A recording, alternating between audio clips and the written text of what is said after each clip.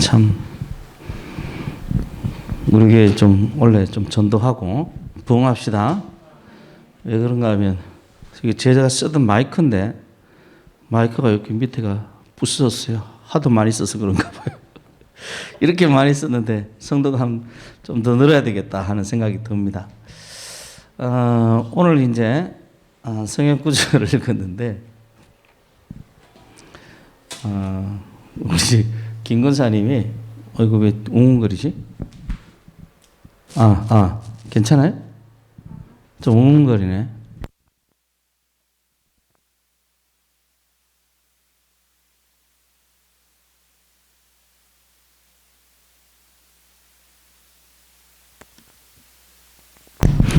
김 권사님이 왜 이 말씀을 목사님 왜라 그러는지 잘 몰랐다고 그러면서 그래 성경을 자세히 써가면서 앞뒤로 살펴봤더니 무슨 뜻인지 알겠다 이렇게 말씀하시더라고요. 그래서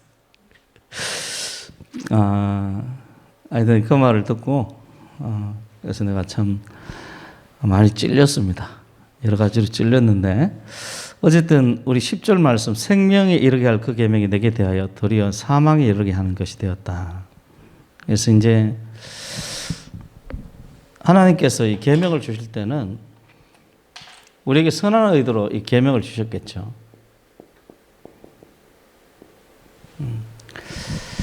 우리 아이들도 이제 교육을 시키다 보면 참 난감한 게 뭐냐면 하라고 그러면 더 안 하는 수가 많아요.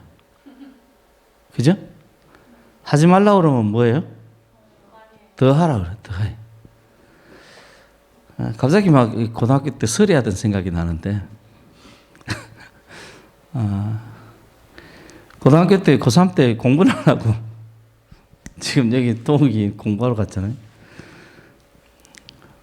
제가 다니던 학교는 좀 약간 깡패 학교 비슷한 학교라 그 지역에 보면 공부 못하는 애들 다니는 학교 있잖아요. 그런 학교를 다녔어요. 그런 학교 다니면서 거기서도 공부를 못한 거예요, 제가. 그러니까 어느 정도인지 좀 상상이 가십니까? 상상이 가시는지 모르겠는데 하여튼 그랬어요. 그래서 이제 대학 가는 공부하라고 자율학습이라고 밤에 모여서 야자라고 그러죠. 야간 학습을 시켰는데 공부는 안 하고 선생님이 그걸 감독을 안 하니까 공부는 안 하고 책가방을 다 거기다 놓고 비워가지고 책가방 들고 서리하러 가는 거예요. 고3짜리가 서리했으니까 얼마나 대차게 했겠어요. 저도 한 번 해봤습니다. 한 번입니다, 한 번.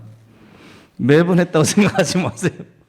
한 번 해봤는데 지금도 밤에 가가지고 어디 갔는지를 몰라요. 저는 따라가서 어디 갔는지를 모르겠어요. 만약에 어디 갔는지 알았으면 제가 변상했을 것 같아요. 거기 가가지고 내가 예수 믿고 나서 그게 너무 마음에 찔려가지고 변상했을 것 같은데 그러니까 하지 말라는 짓은 골라서 하는 거예요. 하라는 거는 안 하고 박지 그런 사람 되면 안 돼. 그런 사람 되면 목사님처럼 망하는 거야. 목사님은 예수님께서 구제해 주셔서 지금 목사 생활하는 거예요. 그래서 어떻게 보면 굉장히 나쁜 습관이죠. 나쁜 습관인데 그래서 우리 애들 같은 경우는 교육하면서 어릴 때부터 저와 같이 자라는 걸 원치 않았어요. 근데 애들이 나를 닮은 모습들을 볼 때마다 제가 섬뜩섬뜩 하더라고요. 근데 어릴 때 모습을 우리 애들한테 볼 때마다 마음이 섬뜩섬뜩한 거예요. 혹시 나처럼 자라는 거 아닌가 싶어가지고. 나는 하나님의 은혜가 아니었으면 정말 인생이 망가지는 그런 인생이었는데 하나님께서 나를 구제해 주신 거죠. 그러니까 그 사람 속에서 마음속에 거역하는 마음, 죄죠, 죄. 죄의 본질은 거역하고 반역하는 데 있습니다. 거역하는 마음이 사람 가운데 있는 거예요. 저만 그런 게 아니더라고 보면. 다른 사람도 다 그래요. 거역하는 마음들이 있습니다. 그래서 우리 교회에서도 막 순종 잘하는 장로님도요. 시키면 목사님이 시키면 일단 뭐부터 하고 보는 건 반발부터 하는 경우가 많아요. 그게 참 예전에는 제가 좀 영이 좀 맑아가지고 그런 게 자주 보였어요. 심지어는 제가 본 사람 중에 순종을 굉장히 잘하는 허한진 장로님까지도 그 당시 제가 전도사 시절에 담임 목사였던, 지금은 장인어른이 되었죠. 담임 목사님 뭐 시켜가지고 저 허한진 집사님, 목사님이 이거 좀 하시라고 하던데요. 이랬더니 벌써 그 안에서 표정은 없지만은 무평하지만은 그게 느껴져요. 지금 반발하고 있다. 왜 나한테 이런 거 시키냐? 이런 마음이 확 느껴지는 거예요. 그래서 이 사람이 내가 속으로 생각해, 목사님이 시키면 시키는 대로 하지 왜 이래? 이런 생각을 가졌던 기억이 납니다. 그런데 나중에 허한진이라는 사람에 대해서 겪어보니까 너무너무 순종을 잘하고요. 너무너무 목사님을 보호자를 잘하더라고 보니까. 근데 그런 사람까지도 마음에 뭐가 있는가 하면 거역하는 마음이 있는 거예요. 거역하는. 그게 죄의 증거입니다. 참 우리가 이 말씀을 들을 때 순종만 할 수 있다면 얼마나 좋겠어요. 그러면 여러분들은 성자 되는 겁니다. 성명이 저리 가라예요. 성명이는 완전히 저리 가랍니다. 여러분들이 순종할 수 있으면 성명이 시인이 일으켰던 하나님의 역사보다도 더 많은 하나님의 역사를 일으킬 수 있습니다. 그 사람이 64년생이거든요. 만약 학교를 다녔으면 저하고 같이 다녔을 것 같아요. 아마 초등학교 입학은 한 걸로 알고 있는데 저하고 같이 입학했을 것 같아요. 입학을 했을 것 같은데 정말 저 같은 사람이 상상하기 힘들 정도로 하나님의 큰 역사를 일으켰던 그런 사람이죠. 그런 사람이. 근데 뭐 제가 이야기했듯이 외관적인 어떤 것은 볼품이 하나도 없어요. 지금도 여전히 볼품이 없습니다. 참 그 자서전에서 그 낭독하는 사람이 성명희 시인이 기도했던 내용들을 들려주는데 나는 휠체어도 없어요. 휠체어도 참 머리에 맹맹맹맹 울리더라고요. 그래서 그런 어떤 기도의 내용이 어떻게든 알려져 가지고 사람들이 후원금을 보내는데 후원금을 전부 다 또 다른 데다 주님을 위해서 다 쓴 거예요. 자기 거 안 남기고 다. 그래서 휠체어를 사지도 않고 다. 그래서 참 대단한 사람이죠. 대단한 사람이에요. 그래서 한 10몇 년 전에도 제가 기독신문인가요? 어디 신문에 이 사람 기사가 실려서 봤더니 하도 누워 있어서 덩차게 생겼는데 병원비가 없어서 병원에를 못 간다. 이상하다. 이 사람 돈 많이 벌었을 텐데. 그렇게 생각해서 알아봤어요. 알아봤더니 돈 번 거는 다 헌금했더라고. 자기 다니는 교회나 이 성교회 같은데 다 헌금하고 정작 자기가 병원을 가야 되는데 이 사람이 늘 누워 있어야 되는 사람이거든요. 누워 있어야 되는 사람들은 이게 피부가 오래다 하니까 그 고름이 생기잖아요. 등창이라고 그러죠. 이게 생기기 때문에 병원을 가봐야 되는데 병원을 못 가는 거예요. 돈이 없어서. 가지고 있는 돈 다 헌금해가지고. 참 보면서 참 대단하다. 근데 이런 사람도 보면 수틀리면 하나님 앞에 반항합니다. 그러니까 그렇더라고요. 자기 간증이 보면 수틀리면 하나님 앞에 반항해요. 그게 죄된 인간의 특징이라. 그래서 계명은 바울 사도 이야기대로 거룩하게 주어졌어요. 우리 인생을 위해 주어졌습니다. 우리 인생을 위해 주어졌고요. 이 계명을 지키면 여러분 반드시 하나님의 복을 받을 줄 믿습니다.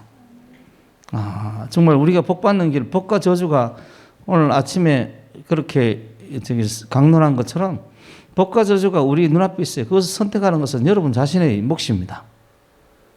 어쨌든 그렇게 주어졌는데 이 계명이 우리 죄 때문에 우리 죄로 인해서 이 계명이 거룩하게 하는 역할, 정말 우리를 축복하는 역할을 하지 못하게 하고 이 계명이 오히려 뭐가 되는가 하면 나의 어떤 걸림돌이 되고 내가 그것 때문에 넘어지는 거예요. 계명 때문에 넘어지는 거예요. 살인하지 말라는 계명 때문에 우리가 살인하면서 살아가는 겁니다. 그 계명 때문에 우리 죄가 더 드러나고 그 계명 때문에 우리가 양심의 가책을 받고 그 계명이 나로 하여금 나의 죄를 더 고발해 버리는 거예요. 너희가 죄 아래 팔린 존재임을 이 계명을 통해서 알게 된다는 이야기입니다. 참 서글픈 이야기죠. 참 서글픈 이야기. 가끔 이 부자 집안에서 자란 사람들 보는데 수년 전에 우리 삼성가였던가 현대가였던가요? 현대가의 직계자손 하나가 아파트에서 뛰어내려서 자살을 했었어요. 그거 보면서 황당하더라고, 보니까. 그 기사를 읽으면서 참 황당했어요.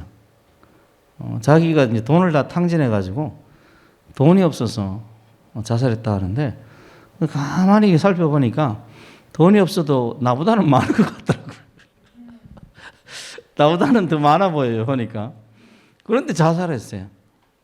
보면서, 야, 참 황당하다. 부자로 태어나서 남들이 생각하면 굉장히 감사할 그런 환경인데, 감사하는 게 아니고 방탕하게 살다가 결국은 자살을 한 거예요. 방탕하게 살다가 결국은 자살을 한 거예요. 이 송명희 씨는 정말 절망적인 상황에서 태어난 겁니다. 절망적인 상황에서 태어나고 절망적인 상황 속에 자라는 거예요. 가정도 그렇게 부유하지 못해서 이렇게 뇌성마비로 고통받는, 정말 바로 서지도 못하고 말도 잘 못하는 이런 아이를 집에 놔두고 부모님이 밖에 나와서 하루 종일 돈 벌러 다니는 거예요. 돈이 없으니까, 집안에 돈이 없으니까, 가난하니까. 그런 상황에서 이 어린 애가 어떤 것을 꿈꾸겠습니까? 살고 싶은 생각이 들겠어요? 그런데 이 사람은 이 나라의 민족을 위해서 변화시키는 그런 사람이 되고, 이 사람은 자살한 거예요. 문제는 뭐냐 하면, 항상 이야기하듯이 그 개인의 사람의 문제입니다. 계명이 문제가 아니고 누가 문제예요? 우리가 문제라. 우리가 죄성이 가득해서 우리가 이 죄성 속에서 매몰되고 벗어날 수가 없는 거예요. 여러분, 이것을 인정하셔야 됩니다. 인정하셔야 돼요. 우리가 율법은 아무리 선하고 또 아무리 선한 것이 우리에게 주어졌다 할지라도 이것을 감당할 능력이 우리에게는 없는 거예요. 없는 거예요. 그래서 우리에게는 희망이 없습니다. 우리 속에서 평생 사는 날 동안 우리 내면에서 이 죄성과 선을 행하고자 하는 이 의지가 의지 사이에 갈등하고 싸워서 아무것도 하지 못하게 만드는 거예요. 그래서 이 불교의 성철 같은 고성이죠, 정말. 병연에 하나 있기 힘든 그런 사람이죠. 그런 사람이 죽으면서 나는 모든 사람을 속였다라고 이렇게 유언을 남기고 그렇게 죽는 거예요. 그 사람이 정말 서울대에 나왔죠. 그죠? 서울대 나오고 10년인가요? 10년 맞나 모르겠네. 10년을 앉아서 잠을 누워서 안 자고 수도를 했던 그런 사람이에요. 또 이렇게 집에 울타리를 치고, 거기도 10년이었던가, 그게 10년인가 그게 10년인지 모르겠는데 울타리를 치고 밖을 나오질 않았어요. 그 자기 울타리 속에서만 왔다 갔다 하는. 이 사람은 그 사회활동 같은 걸 많이 한 사람이 아닙니다. 법정이나 이런 사람처럼 그런 세속적인 사람이 아니에요. 정말 우리나라 불교에서 이야기하는 그런 정말 고성인 그런 사람이 성철이라는 사람이에요. 그런 좀 평생을 진실하게 살았을 것 같은, 평생을 고상하게 살았을 것 같은, 그런 산속에서 그렇게 살았을 것 같은 그런 사람이 죽을 때 나는 모든 사람을 속였다 이러면 죽어요. 그 사람 내면에도 뭐가 있었던 거예요? 이 죄성과 선을 행하고자 하는 의지 속에서 갈등이 있는 거예요. 그 순간순간 이 죄된 본성을 버리지 못하는 자신의 모습을 보면서 절망하고 고통스러워하는 겁니다. 그래서 오늘 성경에 나오는 것처럼 이 계명이 우리를 하여금 생명에 이르게 해야 되는데 오히려 뭐예요? 이것이 나를 죽였다는 거예요. 죽였다는 거예요. 그래서 제가 여러분들에게 하는 말 중에 하나, 교회를 다니려면 좀 제대로 다니자. 어중간하게 다니지 말고 세상에 한 발을 딛고 하나님께 한 발을 디디면 어떻게 된다고 그랬어요? 가랭이가 찢어진다. 지금 그 말이에요. 그 말. 그런 말을 지금 하고 있는 거예요. 그러니까 이런 어떤 절망적인 상태 속에서 차라리 정말 교회를 안 다니고 세상 사람들처럼 나쁜 짓, 온갖 나쁜 짓 다 해가면서 정말 우리 누구죠? 우리 이번 정권의 많은 사람들처럼 보면서 그 양심이 누가 그러더라고요. 대엄아, 티타늄이 굉장히 강한 강철이냐? 우리 누가 그러더라고요. 조국 씨 보고 양심이 티타늄이라고 어쩌죠. 티타늄이라고. 티타늄이 어떤 겁니까? 하여튼 뭐 티타늄이라고 그러더라고. 굉장히 막 마지막에 더 이상 정말 어떻게 손쓸 수 없을 정도로 아주 강철 양심을 가지고 있다 이렇게 이야기를 하던데, 정말 그렇게 살아가든지 완전히 정말 죄인으로서 그렇게 살아가든지 차라리 그게 나을 것 같은데 속에서 늘 갈등하는 거예요. 그래서 이것도 아니고 저것도 아니고 이것도 못하고 저것도 못하고 그냥 중간에서 맨날 갈등하는 모습, 이것이 지금 바울 사도가 이야기하는 자신의 모습인 거예요. 여러분 속에도 이런 게 있죠, 그죠? 정말 주님 일 열심히 하고 싶은데 하려고 하면 잘 안 되고 또 마음에 작정하면 또 뭐 작심 3일이면 오래 가는 거예요, 사실은. 요즘은 작심 하루더라고 보니까. 작심하는 날 그날 주님을 위해서 하려다가 중간에 들어오는 우리 저 신건사님 또 수상하시네, 또 저렇게 웃으시는 거 보니까. 그게 인생이래. 그렇게 갈 때 절망하는 거예요. 난 이거밖에 안 되는구나. 그게 뒤에 나오는 오라 나는 공고한 자로다. 누가 나를 이 사망의 몸에서 건져내랴. 자기가 사망의 몸, 죽음의 몸에 있다는 거예요. 지금 여기 나온 것처럼 생명에 이르게 할 그 계명이 나로 하여금 죽음에 이르게 했다는 거예요. 그것처럼 내가 이게 죽음의 상태, 정말 주님을 위해서 따르고 싶은데 그게 안 된다. 내가 죽음의 상태에 있다. 죽음의 상태. 누가 나를 이 죽음의 상태에서 구원해낼까? 이렇게 탄식하고 있는 게 오늘 이 본문의 그 내용입니다. 내용이라. 아마 신앙생활을 좀 진지하게 해본 사람들은 누구든지 다 이런 경험을 해봤을 거예요. 그러면서 하는 이야기가 마지막에 뭐가 나오는가 하면 다른 걸 읽어야 됩니다. 우리 한번 25절입니다. 25절 그리고 8장 1절입니다. 같이 25절과 8장 1절입니다.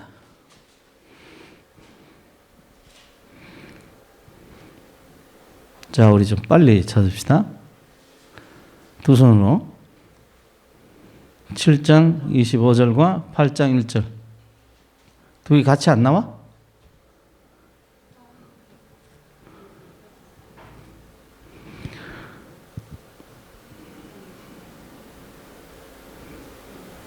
자, 시작. 우리 주 예수 그리스도로 말미암아 하나님께 감사하리로다. 그런즉 내 자신이 마음으로는 하나님의 법을, 육신으로는 죄의 법을 섬기노라. 그러므로 이제 그리스도 예수 안에 있는 자에게는 결코 정죄함이 없나니. 아멘. 지금 그래서 우리가 이제 착각하는 것 중에 하나가, 예수를 처음 믿고 예수를 믿음으로 구원받는다는 이것이 한 번의 어떤 단회적인 사건으로 끝나는 것으로 많이 착각을 해요. 그런데 오늘 보듯이 25절 한번 하면 25절에 보면 지금 여기 그런즉 내 자신의 마음으로는 하나님의 법을, 육신으로는 죄의 법을 섬기노라. 이게 지금 시제가 현재입니다. 현재. 바울의 상태가 지금 어떤 상태라는 거예요? 마음으로는 하나님의 법을 섬기지만은 육신으로는 뭘 한다는 거예요? 죄의 법을 섬긴다고. 지금 나는 지금 죄를 저지르는 상태라고 그렇게 이야기를 하고 있는 거예요. 현재형으로 이야기를 하고 있는 거예요. 지금 이 속에서 이야기하기를 예수 그리스도 때문에 나는 하나님께 감사한다. 왜냐하면 지금 현재도 8장 1절 다시 한번 1절에 보면 같이 한번 시작. 그러므로 이제 그리스도 예수 안에 있는 자에게는 결코 정죄함이 없다라는 2절까지 한 번 더.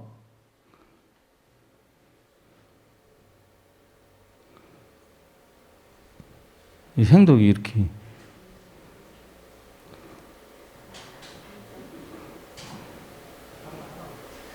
뭐라고? 저 프로그램이 저런 프로그램이냐? 제가 느린 거냐? 저런 프로그램이 좀 좋은 프로그램 없을까? 우리 같이 이제 시작. 이는 그리스도 예수 안에 있는 생명의 성령의 법이 죄와 사망의 법에서 너를 해방하였다. 그래서 바울 사도가 이야기하기를 예수 그리스도를 믿는 믿음으로 이루어지는 구원이 이 딱 한 번 단회적인 사건으로 끝나는 게 아니라는 거예요. 예수를 믿고도 여전히 나는 영적 갈등 속에 있고 여전히 나는 이 육신으로는 죄의 법을 섬기고 있는 그런 상황이 있는데, 이 상태에서 누가 나를 구원했는가 하면 예수님이 나를 구원하셨다. 예수님이 나를 구원하셨다는 거예요. 그리고 예수 안에서는 내가 비록 죄를 저지르고 있는 그 상태, 내가 이 마음으로 하고 육신으로 죄의 법 가운데 있다 할지라도 누구든지 나를 정죄할 수 없다는 거예요. 왜냐하면 내 안에 성령이 있는 한, 그리스도 예수 안에 있는 생명의 성령, 내 안에 성령이 있는 한은 나는 하나님의 백성이고 구원받은 하나님에게 속한 백성이고 예수 그리스도를 통해서 구원받은 백성이라는 거예요. 그 누구도 나를 정죄할 수 없어요. 나는 해방받은 사람이에요. 결국 여기서 하는 이야기가 뭐냐면 예수 그리스도를 통해서 우리에게 주어진 하나님의 성령께서 우리에게 보정이 되어서 내가 하나님의 사람이라는 것을 증거하고 나타내 주시는 거예요. 그래서 내가 해방받은 사람이라는 것, 난 더 이상 죄인이 아니라는 것, 그걸 하나님께서 우리에게 보정해 주시고 우리에게 알려주신다는 거예요. 성령께서 우리 가운데 역사하셔서 나는 예수께 속한 하나님의 백성임을 가르쳐 준다는 거예요. 이 말은 뭘로 의미합니까? 우리가 성화의 과정 중에서 예수를 믿고도 우리 신앙생활이 하나님의 은총으로 이루어진다는 걸 의미합니다. 은혜입니다. 은혜. 은혜밖에 없습니다. 여러분들이 이 은혜에 대한 신앙이 흔들리지 않게 하십시오. 이 은혜는 무엇으로 우리가 확정할 수 있는가 하면 결국은 믿음이에요. 믿음. 여기서 첫 번째 믿음, 그 다음에도 믿음입니다. 로마서 1장 17절인가요? 18절인가? 오직 의인은 믿음으로 말미암아 살리라. 복음에는 하나님의 의가 나타나서 믿음에 이르게 하나니. 이 구절이에요. 이 구절.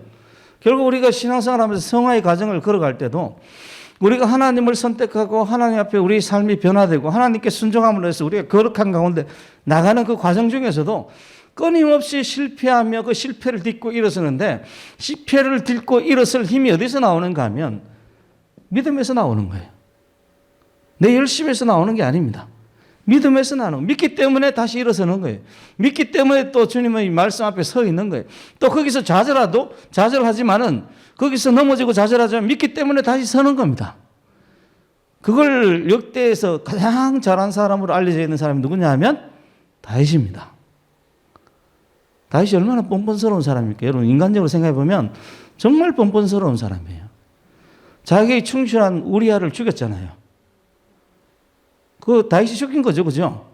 그걸 가지고 요즘 말로 하면 요즘 법정 용어로 청부살인이라고 하나요? 맞나?